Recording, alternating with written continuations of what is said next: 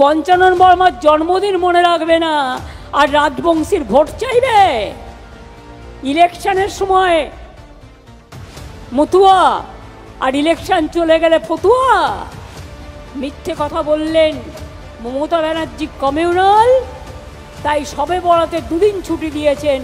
উনি জানেন না ওনারা মিথ্যে কথা বলার আগে 14ই জানুয়ারি আমি দুদিন ছুটি দিয়েছিলাম, তার কারণ একদিন ছিল সবে বরাতের ছুটি আর একটা দিন ছিল পঞ্চানন বর্মার জন্মদিন। আরে ভুলে গেলে চলবে? পঞ্চানন বর্মার জন্মদিন মনে রাখবে না আর রাজবংশীর ভোট চাইবে। ইলেকশনের সময় মতুয়া আর ইলেকশন চলে গেলে ফতুয়া। বাবা, আমরা তো মতুয়া মাকে শ্রদ্ধা করি, ভালোবাসি, আজ থেকে নয় চিরদিন। এটা আমাদের কাজ। আমরা সর্বধর্ম ভালোবাসি।